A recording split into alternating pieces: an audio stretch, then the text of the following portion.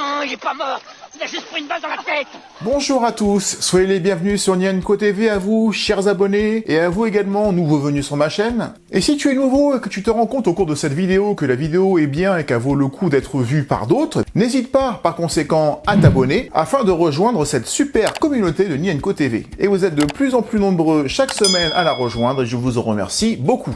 Aujourd'hui, il sera question de La Soif de l'or, un film de Gérard Houry sorti en 1993 avec Christian Clavier, Catherine Jacob, Philippe Corsand. Un film qui mérite un préambule sur la deuxième partie de carrière de Gérard Houry, parce qu'on a déjà beaucoup retracé la première avec des vidéos que j'ai faites sur le Cornio ou sur La Folie des Grandeurs, il nous en reste encore d'autres à faire. Mais pour en arriver à La Soif de l'or, il y a eu vraiment une seconde partie de carrière plus compliquée pour Gérard Houry que je vais retracer afin de vous faire comprendre le contexte de la sortie du film. Juste après Les Visiteurs, vidéo qu'on a également fait il y a quelques semaines que vous trouverez sur ma chaîne Nienko TV, le lien est ici. Et quand on aura fait ce petit retour en arrière, ce petit voyage dans le temps, on parlera du film à proprement parler dans une deuxième partie. Ses points forts, ses points faibles, qu'est-ce qu'il en reste aujourd'hui, le tout bien entendu, comme d'habitude, dans la bonne humeur. 2350 francs? Dis donc, c'est le coup de fusil ici, hein. Encore une fois, pensez à battre l'algorithme de YouTube si vous voulez que cette chaîne soit de plus en plus référencée. Il faut à la fois être abonné ou s'abonner, cliquer sur le petit bouton like, mettre un petit commentaire, juste pour dire... Bonsoir, c'est un garçon, c'est quoi ton petit nom? C'est Momo, hein, t'as grillé dans les couilles. Et partager la vidéo, tout ça en même temps et tous ensemble. C'est comme ça que la vidéo arrive, on va dire, à exister parmi les centaines de vidéos qui sortent chaque jour de personnes qui font des petits débris d'épisodes de Hulk, épisode 1, épisode 2, épisode 3, épisode 4, épisode 5, épisode 6, j'arrive plus à respirer. Bref, c'est pas ce qu'on trouve sur cette chaîne, qui est complètement à contre-courant. Mais si vous voulez que ce travail, du coup, soit reconnu à sa juste valeur, encore une fois, pensez à faire tout ça. Et je vous en remercie énormément. C'est parti pour La Soif de l'or.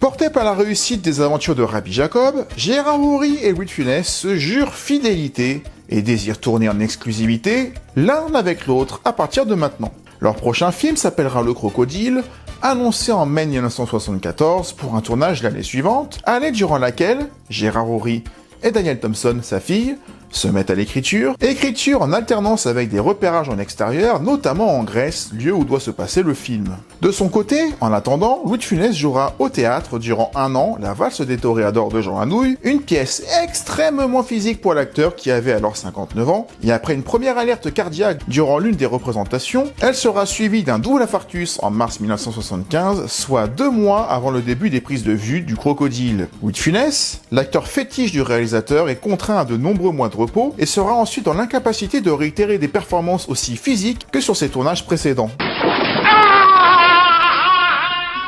On en a parlé dans plusieurs vidéos de la carrière post-infarctus de Louis de Funès, avec des films tels que La Cuisse, La Zizanie, L'Avare, La Soupe aux choux, Les Deux Derniers Gendarmes, qui sont des films globalement très en dessous de ce que De Funès pouvait faire avant, quoi qu'on en dise. Le projet du Crocodile est donc mis en suspens, malgré plusieurs tentatives de remplacer Louis de Funès par Peter Sellers, par exemple, mais ce dernier décédera d'un infarctus, puis l'idée revient de refaire jouer Louis de Funès dans les années 80 dans un rôle réaménagé sur mesure à son état de santé, mais Louis de Funès décédera au début de l'année 1983. Projet définitivement maudit qu'il faut mieux enterrer tout de suite. Entre-temps, Gérard Houry a ensuite pour projet de mettre en scène son ami Lino Ventura dans un film nommé L'Entourloupe, dans le rôle d'un chef d'orchestre qui part aux États-Unis et dont son jeune fils est kidnappé. Ventura devant alors coopérer avec un brillant policier américain dans une coproduction franco-américaine avec comme partenaire, pour Lino Ventura, des acteurs tels que Woody Allen, qui déclinera l'offre, ou Al Pacino, qui déclinera, ou encore Sylvester Stallone. Devinez quoi, il n'a pas voulu lui non plus. Et sans star américaine d'envergure, le projet L'Entourloupe est donc enterré. De retour à Paris après cette frustration, Gérard Houry tente une percée dans le théâtre, en racontant les coulisses d'une pièce de théâtre justement, et la pièce s'appellera Arrête ton cinéma. Il s'agira d'une histoire d'une répétition de pièces catastrophiques, mettant deux grosses personnalités du théâtre en confrontation. En gros, c'est l'idée du film dans le film, sauf que là c'est du théâtre dans le théâtre. Mais la pièce est un échec, avec moins de 100 représentations dans des salles pas toujours pleines, ce qui fait qu'en 77-78, Gérard Houry vient de traverser 4 ans de désert. Avec un Bourvil disparu et un Louis de Funès malade, Gérard Houry se retrouve du coup désemparé et va s'adresser par dépit aux nouvelles générations d'acteurs. Pierre Richard, qui avait éclaté dans le début des années 70 avec Le Grand Blond et Le Retour du Grand Blond, devinez quoi, on en a aussi fait des vidéos sur Nienco TV. Une petite vidéo qui a un petit souci de décalage de son d'1 seconde, mais c'est pas bien méchant. En tout cas, si vous voulez voir la vidéo sur Le Grand Blond, c'est par ici. Et Pierre Richard sera donc le cœur de ces 2 prochains projets. Il voit en effet l'acteur comme un mixte parfait entre Bourvil et De Funès, ayant à la fois la tendresse naïve de l'un et le jeu très physique de l'autre. La Carapate, le premier des 2 productions, sortira le 11 octobre 1978 et réunira près de 3 millions de spectateurs, un score plus qu'honorable, et la production suivante, Le Coup du Parapluie, en fera moins de 2,5 millions. En gros, c'est bien, mais c'est pas les succès d'antan. Même La Folie des Grandeurs, qui a été le Houry de Funès qui a le moins marché, était autour des 6 millions. Sans compter Rabbi Jacob, 7,5, Le Corneau, 13, La Grande Vadrouille, 17,5. 2 millions ou 2 millions et demi ou 3 millions, c'est forcément décevant pour le réalisateur qui en attendait plus. En 1982, un projet plus personnel de Gérard Houry verra le jour, et ce sera L'As des As, permettant à Belmondo et à Gérard Houry de se retrouver 14 ans après leur collaboration sur Le Cerveau. Je ne développerai pas L'As des As parce que c'est une vidéo que je tiens à faire un jour. Je l'avais proposé dans le sondage, mais vous avez préféré qu'on fasse Les Soifs de l'Or, aucun souci. De toute façon, on les fera tous. Tous les films que je mets en sondage et qui ne sont pas choisis, ne vous inquiétez pas pour ceux qui ont voté pour, ils y auront droit un jour ou l'autre. En tout cas, L'As des As, 5,5 millions de spectateurs, ça recolle à peu près avec les entrées qu'on faisait dans les années 60-70 avec De Funès. De quoi redonner espoir à Gérard Houry, qui doit ça en grande partie à Belmondo qui est formidable dans ce film. Et juste quelques mois après, malheureusement, Louis de Funès va disparaître, ce qui va quand même donner un coup de massue à Gérard Houry qui a perdu son ami. Après 2 ans de repos, en 1984, Gérard Houry fera tourner un autre humoriste star de l'époque et qui venait de jouer son premier rôle dramatique dans Ciao Pantin, Coluche, dans La Vengeance du Serpent à Plumes. Ravi à l'idée de tourner avec Gérard Houry et de partager avec lui leur passion commune pour Louis de Funès, avec qui Coluche avait déjà tourné dans L'aile ou la cuisse, ce sera l'occasion pour l'ancien candidat à la présidentielle de se remettre à la comédie. Ce film aura la particularité de ne pas être produit par Alain Poiré, le producteur habituel de Gérard Houry, mais par le producteur par contrat de Coluche, Claude Berry. Ce sera également l'occasion de retravailler avec Michel Polnareff pour la bande originale du film, Polnareff ayant composé la bande originale de La Folie des Grandeurs en 1971, et de renouveler également une collaboration avec Henri Dicaé, à la lumière pour leur 5e film qu'ils font ensemble. 2,6 millions de spectateurs se déplaceront, ce qui est au-dessus, on va dire, des derniers films de Coluche au cinéma, parce que malheureusement Coluche, sans qu'il le sache, était proche de la fin. Et encore une fois, 2,5 millions, 2,6 millions, ce n'est pas à la hauteur de la grande carrière de Gérard Houry. Ne baissant pas les bras, Gérard Houry souhaite refaire un film dans la veine de Rabbi Jacob, en mettant en scène Richard Anconina et Michel Boujna, dans un film plus posé, moins coûteux, et réunissant malheureusement à peine 2 millions de spectateurs. Puis en 1989, sortira Vanille Fraise, le premier film de Gérard Houry qui fera moins d'1 million d'entrées. Tout ça pour dire quoi? Qu'après 73, si on enlève l'exception de L'As des As, qui est un très bon film, qui est pour moi à la hauteur des films Houry de Funès, si on enlève cette exception, Houry ne fait que perdre progressivement son audience, son public, au fur et à mesure que le cinéma est en train de changer, ce qui est naturel, l'humour vieillit souvent très mal, mis à part De Funès. Le réalisateur se fait vieillissant, il se fait vieux, c'est normal aussi. Et puis, on va beaucoup moins au cinéma quand la télévision se développe. On est passé de 1 à 2 à 3 chaînes dans les années 60-70. On est beaucoup plus à la maison qu'au cinéma. Bref, le monde est en train de changer. De Funès a disparu, Bourvil a disparu, Coluche a disparu. Pierre Richard change de registre et ne veut plus faire de comédie comme avant, il se retrouve un peu orphelin de ses outils, parce que Houry, il a besoin d'un acteur ou d'un duo d'acteurs vedettes à mettre en scène dans une histoire qu'il a longuement préparée, qu'il a écrit pour ces acteurs-là précisément. Et là, il n'en a plus aucun. En plus, la fille de Gérard Houry, Danielle Thompson, décide de ne plus travailler avec son père, en tout cas de faire sa carrière toute seule, ce qui fait qu'il va, malgré tout, ne pas se décourager, il faut au moins lui reconnaître ça, et va se remettre à écrire avec Marcel Julien, avec qui il avait écrit Le Corneau, La Grande Vadrouille, etc., qu'il avait perdu de vue, et avec qui ils vont coécrire La Soif de l'Or. À ce moment-là, Christian Clavier sortait tout juste des Visiteurs avec ce succès tonitruant dont nous avons parlé la dernière fois, avec près de 14 millions de spectateurs potentiels qui, normalement, pourraient se déplacer à nouveau pour ce film. Ce ne sera pas le cas, car ça ne fonctionne pas comme ça. Du coup, si on doit faire une synthèse, on doit à Gérard Houry l'idée de la comédie coûteuse à haut budget, en couleur, avec des moyens, mais ça fonctionnait surtout quand De Funès était dedans, à une exception près dont nous avons parlé. Parce que du coup, dans les autres films de Gérard Houry, et même dans les films avec De Funès, il y a certaines séquences où souvent l'acteur De Funès n'était pas dedans, où c'est franchement pas très bien inspiré. J'ai toujours eu cette sensation, et je peux me tromper, que les idées de gag de Gérard Houry en lui-même, des idées très visuelles, sont pas toujours très efficaces ou du meilleur goût. Par exemple,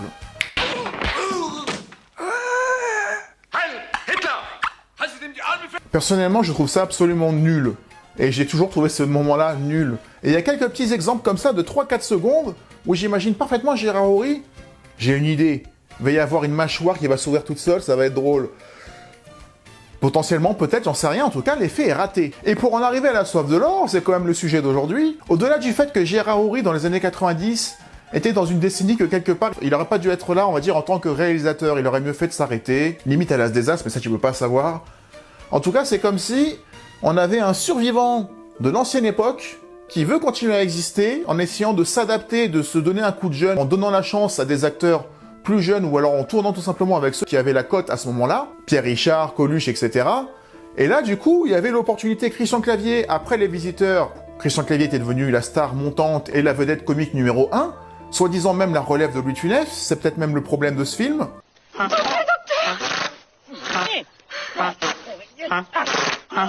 Film qui souffre beaucoup de l'inégalité dans les gags que je vous ai expliqué à cause de Gérard Houry et de ses idées, de très bons dialogues, parce que Clavier a coécrit les dialogues de ce film, qui parfois passent très bien, parfois pas du tout.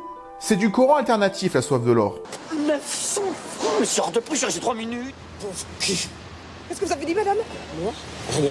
Voici déjà un petit résumé rapide du film pour ceux qui n'auraient jamais vu La Soif de l'or de Gérard Houry avec Christian Clavier. La Soif de l'or raconte l'histoire d'Urbain Donadieu, Christian Clavier, qui pour échapper à un contrôle fiscal s'est marié avec la contrôleuse des impôts, jouée par Catherine Jacob, car elle ne désire que son fric. Je rends donc le dossier qui aurait pu t'expédier pour 5 ans en tôle, 2 yeux. Je demande le divorce à tes torts, bien entendu. Voilà une excellente nouvelle. Se vole lui-même et sa société chaque mois durant des années en transformant ses propres vols directement en lingots d'or qu'il cache dans les briques dans sa maison et qu'il souhaite faire passer en Suisse avec l'aide de sa grand-mère, Mamie Zézette, jouée par Tila Shelton, tout aussi avare que lui. Trahi par son meilleur ami et chauffeur Jacques, joué par Philippe Corsand, qui en secret couchait avec sa femme durant des années et préparait ensemble le vol de sa fortune depuis tout ce temps, Corbin et sa grand-mère se mettent en route pour la Suisse, poursuivis par Fleurette, alias Catherine Jacob et Jacques, ce qui va être un prétexte pour de multiples rebondissements durant le film. Déjà, le problème principal de La Soif de l'or, enfin un des problèmes, c'est que tous les personnages sont écrits pareil. Ce sont tous des voleurs, ce sont tous des traîtres, ils ont tous un mauvais fond, parce que tu as Christian Clavier, Urbain, qui du coup est un voleur, même s'il s'est volé lui-même, il n'est pas tout à fait honnête, avec sa grand-mère ou sa mère, on sait pas vraiment qui est exactement comme lui. Putain de flic, on s'en fout. Le camion appartient à la société, c'est ta femme qui paiera. Catherine Jacob et son mec, du coup, Philippe Corsand, veulent aussi voler les voleurs. Et la nana de Christian Clavier, la jeune là qui essaie de se faire et qui sert absolument à rien dans ce film d'ailleurs, elle quitte un radin, un avare, pour un autre qui en plus a volé et elle s'en fout, elle l'aide à voler. Les 5, ensemble, ne méritent pas notre compassion. Et d'ailleurs, le film se termine avec un proverbe qu'on pourrait citer, bien connu, qui est « bien mal acquis, ne profite jamais ». J'ai rien. J'ai plus rien. Je suis ruiné.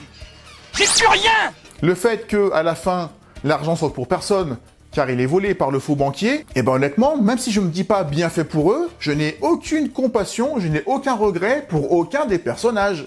À la limite, s'il y a des personnages qui me touchent dans leur échec, c'est plus le duo Philippe Corsand, Catherine Jacob, qui sont à 100% à fond dedans. Jaco. Oui. Prends-moi. Ici maintenant. Oui, ici, oui. C'est pour moi eux le point fort du film, et eux ils sont 100% honnêtes depuis le début. Ce sont des pourris, mais ils sont très drôles, avec son envie à elle de se faire dans tous les sens à n'importe quel endroit, et lui qui quelque part ne sert qu'à ça, et puis une fois qu'elle a plus besoin de lui, et qu'elle se rend compte qu'elle aura jamais l'argent, et ben elle se barre sans lui, et lui il était vraiment sincère et est malheureux, se retrouve tout seul. Ce sont les deux personnages les plus sincères, même si c'est limité, dans le film, alors que ce ne sont pas du tout les personnages principaux. Ça montre qu'il y a un léger problème. Là, regarde la maison urbaine, les voilà, ces deux là. Sors, nom de Dieu! Mais je peux pas, la prochaine sortie est à 25 bornes. Gérard Houry il a d'ailleurs longtemps regretté ce choix de ne pas avoir mis en personnage principal un personnage plus naïf à la Bourvil qui aurait ramené un équilibre un peu plus global sur le film. On aurait pu voir un urbain timide et entraîné et influencé par sa mère, grand-mère, qui est très avare et qui du coup l'empêche d'aller voir d'autres nanas et de dépenser son argent n'importe comment. Ça aurait eu un peu plus de sens que de voir ces 5 personnages aller dans le même sens, dans le mauvais sens, même si on peut se dire c'est bien, c'est une comédie avec que des pourris, mais du coup en matière d'immersion pour le spectateur, c'est très limité. Au lieu de ça, on a un personnage ultra excité, joué par Christian Clavier, qui voulait marcher volontairement, puisque c'était Gérard Houry, dans les pas de Louis de Funès, voire littéralement courir dans ses pas, parce qu'il se met à un moment à courir exactement comme De Funès courait.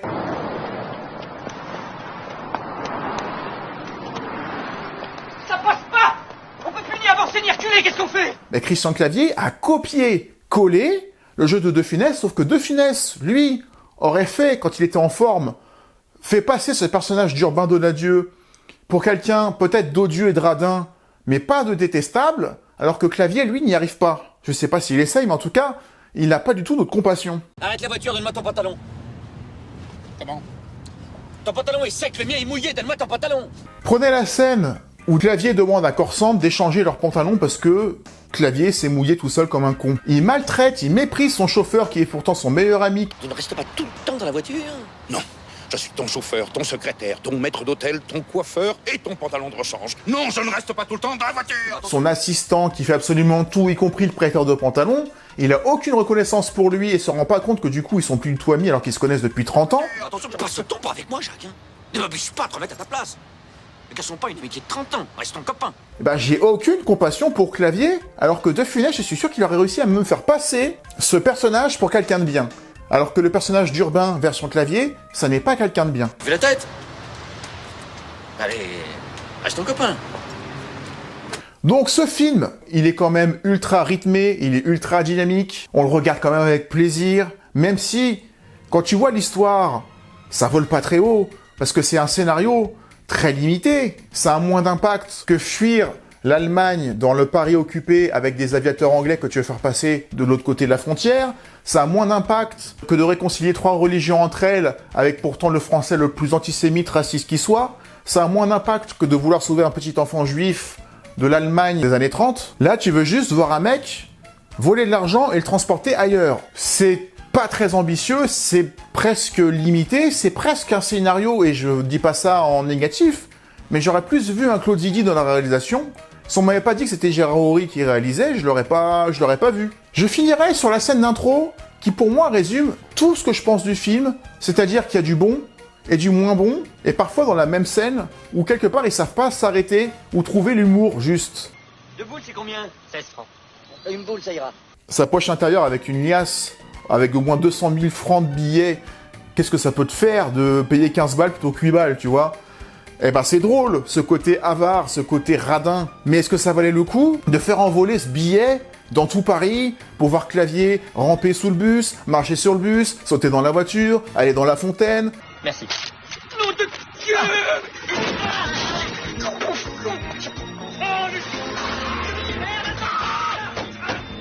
Ramasser le billet qu'elle est dans le caca de chien? Oh, qu'est-ce que c'est drôle!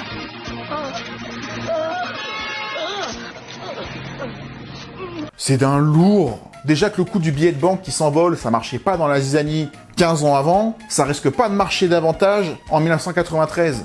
Humour daté. Alors que le dialogue, une boule ça ira, ça suffisait à avoir la scène d'intro et à introduire le personnage. Pas besoin de montrer ce Clavier surexcité, absolument pas crédible, en train de courir après un billet de 500 balles, alors qu'il a 200 000 balles dans sa poche intérieure, qui va mettre en danger. Moi, j'ai une liasse de billets comme ça, je vais pas dans une fontaine me tremper comme un con. Ça part mal. Mais le film reste sympa et divertissant. Il y a des très bons passages. Les meilleurs, je crois que la scène préférée, c'est quand les gendarmes arrivent, parce que l'alarme de la maison s'est déclenchée.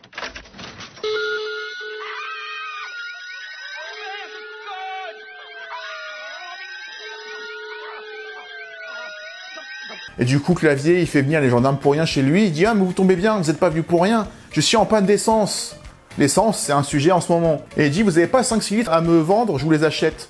Et il fait, ouais, on a 6 litres. Ah bah c'est génial, vous les avez combien à la gendarmerie? Vous avez un prix spécial? Et le gendarme, tout fier et naïf, il fait, ouais, on les paye 1 franc 30. Ah, 1 franc 30, c'est super, ça, x 6, ça fait 7,80. Allez, je vous donne 10 francs, gardez la monnaie pour l'amicale de la gendarmerie. Alors que tu rends service, quoi, je sais pas, tu donnes 100 balles. Mais bon, c'est un radin, et cette scène-là, elle marche bien. Ils en ont pas trop rajouté. A contrario, la scène où Clavier arrive chez Mémé Zazette, qu'on découvre à ce moment-là, on voit qu'il frappe à la porte, qu'on le voit à travers le Judas, là, et qu'elle ouvre 3 ou 4 ou 5 verrous pour le faire rentrer.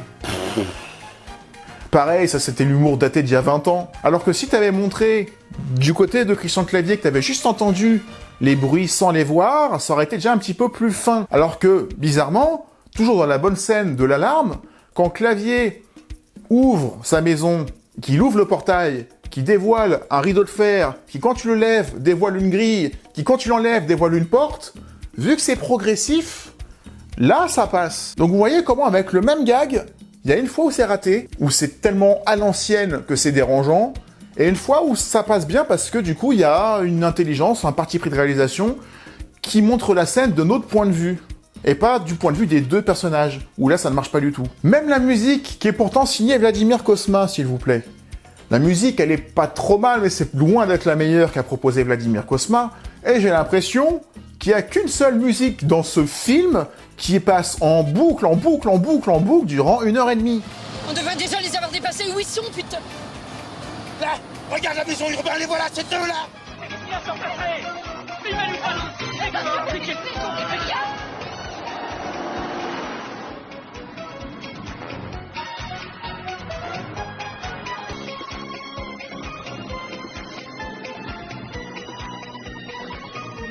Au bout d'un moment, elle rend un peu fou, cette musique.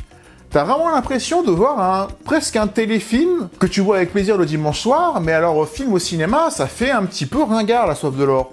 Mais le film est sauvé, et vraiment regardable, voire plaisant, grâce à des personnages tels que le personnage joué par Philippe Corsemble et par Catherine Jacob. Ces deux-là, ce binôme de pourris mais sincères, ah bah ça fait plaisir parce que c'est eux qui justifient le film pour moi. Qu'est-ce que t'as foutu? Tu m'as dit de repartir. Il est vraiment très con. Et c'est eux que j'aurais voulu voir gagner. Ça, c'est pas normal. Le film sort en octobre 93 avec à peine 1,5 million de spectateurs, ce qui montre vraiment que Gérard Houry est déjà à la fin, voire à dépasser sa date de péremption au cinéma. Il va encore entreprendre 2 autres films derrière qui seront pas mieux et qui seront même encore moins bien. C'est une triste fin de carrière, mais il s'est accroché. Il a voulu continuer à exister sans son ami Louis de Funès qu'il a laissé derrière lui et qui a disparu bien trop tôt. On est d'accord là-dessus. Reste que Gérard Houry sans De Funès, à une exception près, dont nous parlerons sans doute bientôt, L'As des As, et bah c'était des comédies franchouillardes, à la limite moyenne par moment. Et c'est dur de dire ça, mais je suis honnête dans ce que je pense. La Vengeance du Serpent à Plume, Le Coup du Parapluie, tout ça, ce sont pas les meilleurs films de Coluche, ni les meilleurs films de Pierre Richard. Il faut se l'avouer, il faut le dire, ça doit être dit. Ça n'enlève rien aux énormes films de Gérard Houry, Le Cordio, La Grande Vadrouille, Rabbi Jacob, Le Folie des Grandeurs, L'As des As, et éventuellement La Soif de l'Or, qui pour moi serait peut-être le 6e dans sa filmographie, dans l'ordre de préférence. Mais c'est tellement loin l'époque du grand Gérard Houry à ce moment-là. C'est tout ce que je voulais dire sur La Soif de l'Or. Qu'est-ce que ce film représente pour vous? Parce que j'ai peut-être été un peu sévère, mais il y a beaucoup de personnes que je connais pour qui La Soif de l'Or, c'est culte, absolument culte. Bref, n'hésitez pas à dire en commentaire les répliques que vous avez adorées. Qu'est-ce que vous pensez du film aujourd'hui? Qu'est-ce que vous en avez pensé à l'époque? Est-ce que c'est un film que vous avez vu ou pas? Bref, n'hésitez pas à partager vos impressions. Je vous remercie infiniment d'avoir regardé la vidéo jusqu'au bout. Encore une fois, merci d'être de plus en plus nombreux à rejoindre Nienko TV. N'oubliez pas, si vous êtes nouveau venu sur ma chaîne, pire, si vous êtes un spectateur régulier, je sais qu'il y en a encore beaucoup parmi vous qui sont là et qui sont fidèles, mais qui ne cliquent pas sur le bouton s'abonner parce que peut-être qu'on vous explique pas assez et c'est difficile de comprendre le système. Mais c'est ça qui fait que les vidéos sont vues par des inconnus, par des personnes qui n'auraient même pas pensé avoir une vidéo sur La Soif de l'Or. C'est le fait que sur une vidéo qui sort, il y a du monde qui se déplace pour la voir au même moment, en même temps, et qui ont tous la même réaction. Commenter, liker, partager, s'abonner pour ceux qui sont pas abonnés. Et là, YouTube va se dire « Oh, il doit se passer un truc, cette vidéo doit être pas mal. » C'est ça qui permet à la vidéo d'être suggérée dans les moteurs de recherche, d'être suggérée dans des vidéos qui n'ont rien à voir, pour qu'il y ait quelqu'un qui ait la chance de tomber sur ma chaîne et de se faire un avis. Merci en tout cas de faire tout ça et de prendre 30 secondes pour le faire, je vous en serai éternellement reconnaissant, et d'ailleurs, merci. On se retrouve dans quelques jours pour une nouvelle vidéo, et d'ici là, comme je le dis à chaque fois, prenez soin de vous. Ciao. Coucou, c'est moi. Oh merde.